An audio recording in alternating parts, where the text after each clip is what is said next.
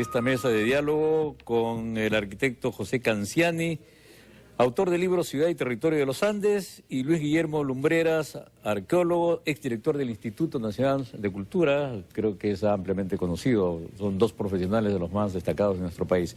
Esta mesa de diálogo llega a la celebración de los 100 años de Machu Picchu, maravillando al mundo, llega gracias a Cerveza Cusqueña, la única que comparte su mística origen. Cusqueña, patrocinador oficial de este encuentro. Y lo mismo, disfruta esta transmisión y forma parte de la celebración por los 100 años de Machu Picchu para el mundo gracias a Cerveza Cusqueña. Maestros, arquitecto, maestro arqueólogo, el Perú no ha sido igual para los arquitectos y para los arqueólogos después del descubrimiento o desde la aparición oficial de Machu Picchu. Yo creo que sí. Más bien desde esa época se ha desarrollado una suerte de conjunción entre la tarea de entender las cosas del Perú vía la arqueología y la vía de entenderla vía la arquitectura, un poco como que los arquitectos se han arqueologizado y los arqueólogos se han arquitecturizado. Hemos tenido un permanente intercambio de experiencias que han enriquecido mucho nuestras disciplinas. El lugar es la cima de una montaña. ¿Hay alguna razón que explique por qué los incas construyeron ahí utilizando las mismas variantes de la montaña? Mira, este lugar, si seguimos a Betanzos con su informante, la nieta de Pachacuti, la hija de Huayna Cápac, este lugar se llamaría Patallacta, el nombre que ella le da a la residencia final, al mausoleo, al sepulcro de Pachacuti. Entonces, si es así, es Patallacta, es el pueblo que está encima, ¿cierto? Ahí arriba. Lo de Machu Picchu es un nombre que está ligado a la zona, que se llamaba Picchu, y es un nombre en realidad que le da don Melchor Arteaga. Él dice, ahí está Machu Picchu y está Huayna Picchu. Eso se lo dice Melchor Arteaga, que era uno de los pobladores de la zona, a Bingham, y ahí se generaliza el nombre. Queda el nombre Patallacta todavía para un poblado que está al pie, que es en el punto de arranque, desde donde se va caminando a llegar a Machu Picchu. Y hay otro Patallacta que está al otro lado del río, cerca de Santa Teresa. Pero, en fin, esas son cosas que todavía están en proceso de investigación, creo que se van aclarando progresivamente. Gracias a los trabajos de los investigadores, sabemos que Machu Picchu era un lugar conocido, sabemos que fue propiedad de Hernando Pizarro, que fue uno de los primeros encomenderos propietarios, digamos, de Machu Picchu y de la zona, y luego pues toda una serie de otros propietarios españoles que, entre otras cosas, participaron en un saqueo impresionante de este sitio. Cuando llegó allí en 1911 el señor Bingham, este ya era un lugar saqueado, incendiado más de 2 veces y desde luego total y absolutamente vacío. Lo que había en Machu Picchu eran solo los muros arruinados de un sitio varias veces incendiado y sin nada de lo que como parafernalia pudo haber quedado en algún momento. Arquitecto, la pregunta también iba a la construcción en esas montañas. ¿Por qué? ¿Cómo? A mí me parece que los incas buscan lugares especiales de integración con el paisaje, en esta relación de sacralización del paisaje. Y conectándome con lo que decía el maestro Lumbreras, por ejemplo, Huayna Cápac desarrolla una radical transformación del Valle Sagrado en Pisac, ¿no? Cambia de curso el río, genera un modelado del paisaje con andenería y la instalación de estos aposentos reales de manera magnífica, ¿no? Y Machu Picchu es parte de esa relación especial con un lugar que tiene una magia espectacular, ¿no? Porque está en un lugar mágico, digámoslo así, por su entorno paisajístico, estas montañas que afloran desde el río que es prácticamente serpenteante y que rodea el sitio, o sea, es una metáfora perfecta de la serpiente fertilizadora, y de otro lado es una suerte de balcón a un espacio fascinante como es el de la Amazonía, con el cual los incas tenían una relación innegable, ¿no? Entonces, La conjugación de todos estos aspectos genera esta arquitectura del paisaje y de la propia edificación del sitio, ¿no? Es decir, nada se hacía al azar.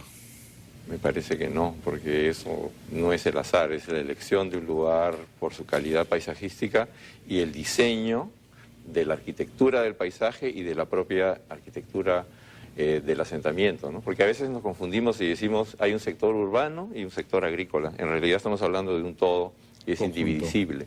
Y los andenes, más que tener una función agrícola, que lo podrían haber tenido, tienen una función de modelación del paisaje, lo que llamamos arquitectura del paisaje, que a veces es algo más complicado que hacer 4 paredes, ¿no?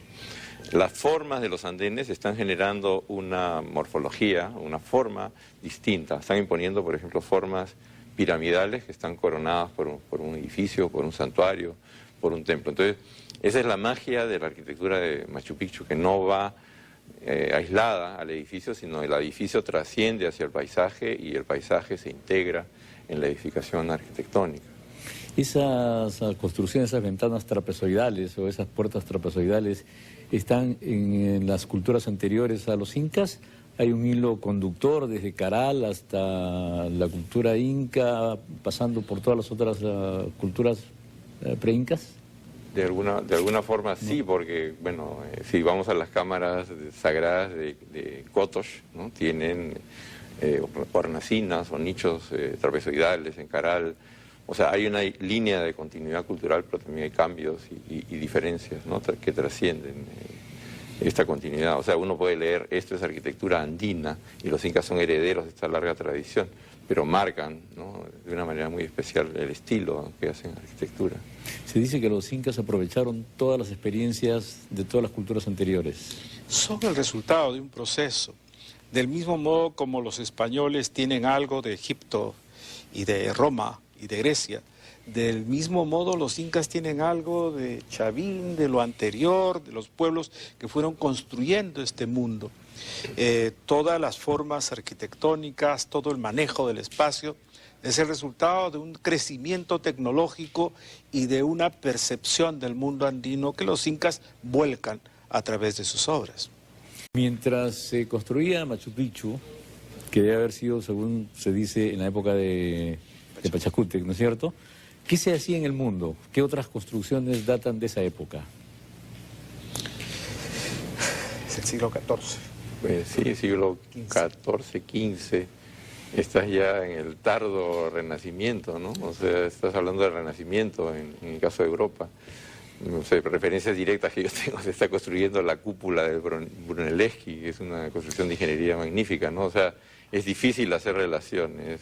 Hay un libro que es bien interesante de un historiador, un antropólogo llamado Eric Wolf, que en este momento se me ha ido el nombre del libro, pero es un libro en donde él describe el mundo en el siglo XIV, todo lo que ocurría en el mundo en el siglo XIV. Y es bien interesante lo que él dice. Si bien estas cosas tuvieron sus propias tradiciones y sus propios desarrollos, llegando a cosas como el mundo andino incaico, en otras partes también desarrollos, renacimiento en plena florescencia y demás. Al mismo tiempo encuentra él que, por ejemplo, en lugares como los Andes se había logrado vencer las condiciones de pauperización que en ese momento estaban cubriendo gran parte del mundo. Europa tenía serias dificultades de mantenimiento y manejo de su existencia.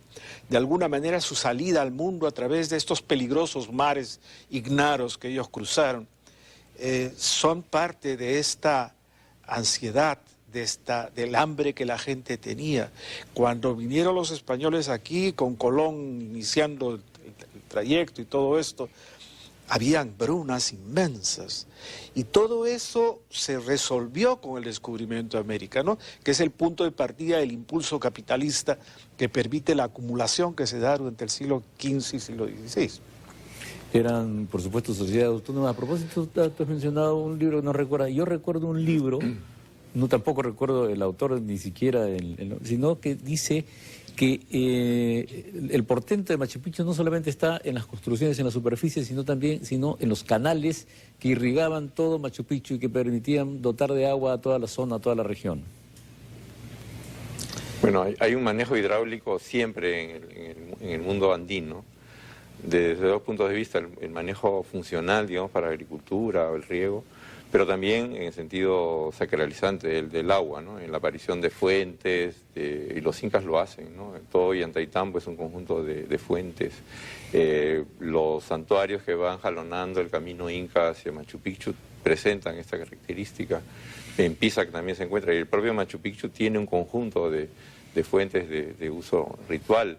Los palacios incas, en lugares inclusive desérticos como Tambo Colorado, en la Centinela de Chincha, tienen canales de agua que traían agua límpida a fuentes rituales, donde el Inca hacía sus abluciones, se presentaba en ceremonias. Entonces hay toda una cuestión importantísima por descubrir. En el propio Pachacamac se está descubriendo que hay un conjunto de canales que atraviesan el sitio que los incas reutilizaron y potenciaron cuando hicieron el templo de las Mamaconas. ¿Y ese sistema para subir el agua hasta las cumbres? No creo que exista para subir el agua, sino más bien es canalizar, ¿no?, las fuentes de agua, los manantiales, para llevarla por conductos subterráneos y que aparezca casi como magia en estas fuentes, ¿no? En algunos lugares se hicieron entubamientos que permitían, pero no a grandes distancias, permitían la caída, después de acumular agua acá, la caída de agua. Eso se conoce, por lo que dicen los cronistas, en algo que ocurría en Tumbes, y se conoce por la investigación en Huari. Existen tubos hechos de piedra que podían servir para esos fines.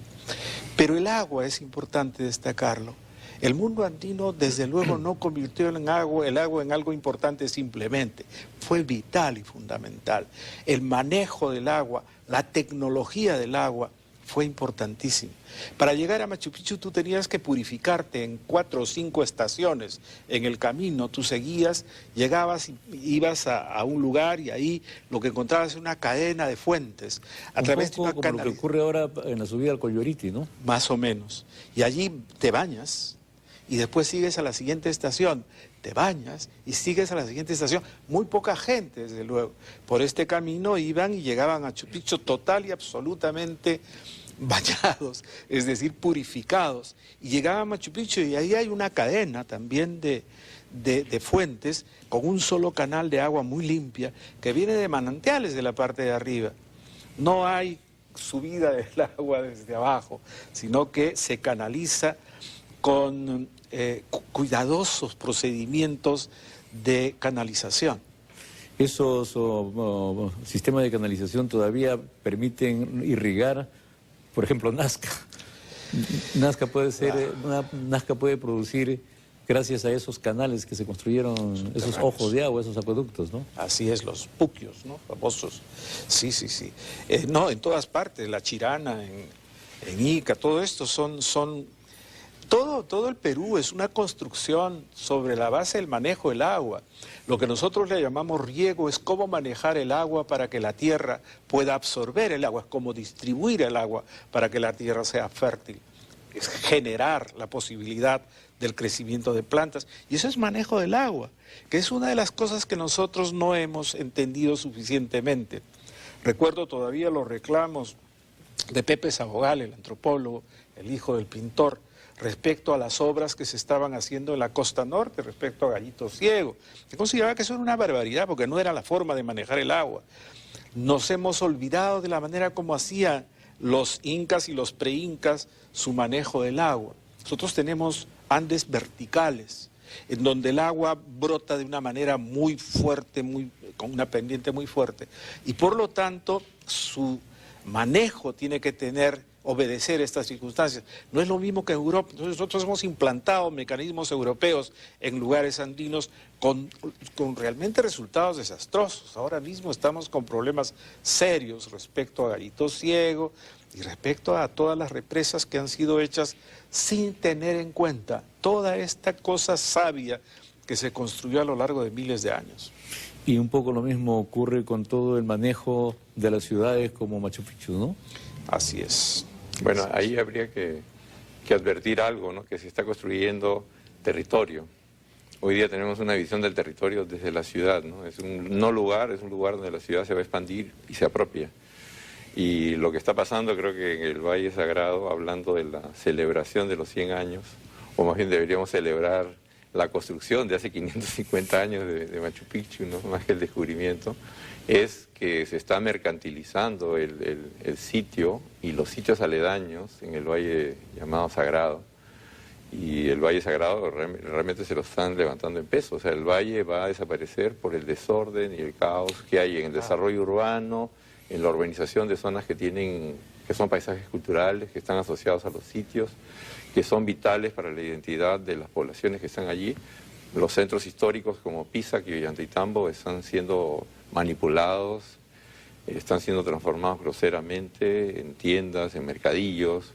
Ya no tienen identidad ni tienen población local, entonces se está generando un vacío mercantilizante de este espacio cultural. Entonces creo que, a mi entender, debería ser declarado en emergencia el Valle del Urubamba por justamente este deterioro, esta degradación, este desorden que hay en el manejo. Se instalan hoteles, casinos, lugares de esparcimiento, restaurantes, por todas partes.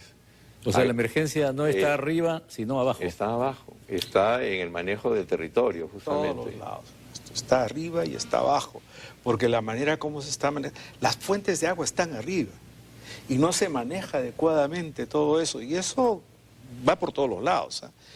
En realidad lo que dice José es cierto, estamos atentando contra la desaparición no tanto de una cosa tan hermosa como el Valle del Urubamba con sus tierras, en donde convirtieron el ambiente en algo totalmente geométrico, hermoso, sino que además se está perdiendo la utilidad de eso.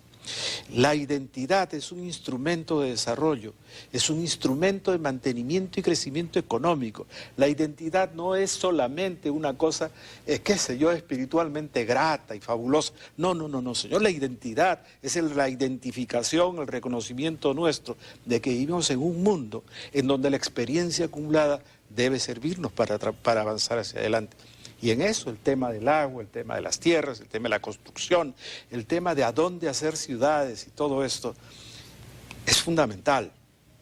Hacer ciudades o planteamientos programáticos de poblados grandes, como es lo que está ocurriendo con Aguascalientes, debiera ser declarado como un crimen contra la propia humanidad, contra los propios habitantes de ese lugar, independientemente de todo lo demás. Son palabras que habría que tomar muy en cuenta las nuevas autoridades que están por asumir la conducción del gobierno. Realmente este acontecimiento de los 100 años para el mundo de Machu Picchu debería servir como una alerta para lo que acaban de decir el arquitecto José Canziani y el arqueólogo Luis Guillermo Lumbreras. Muchísimas gracias por estar en este momento, en esta conversación, y sobre todo por ilustrarnos y por alertar al país de lo que puede ocurrir. Vamos a la pausa y regresamos con una nueva secuencia de esta transmisión.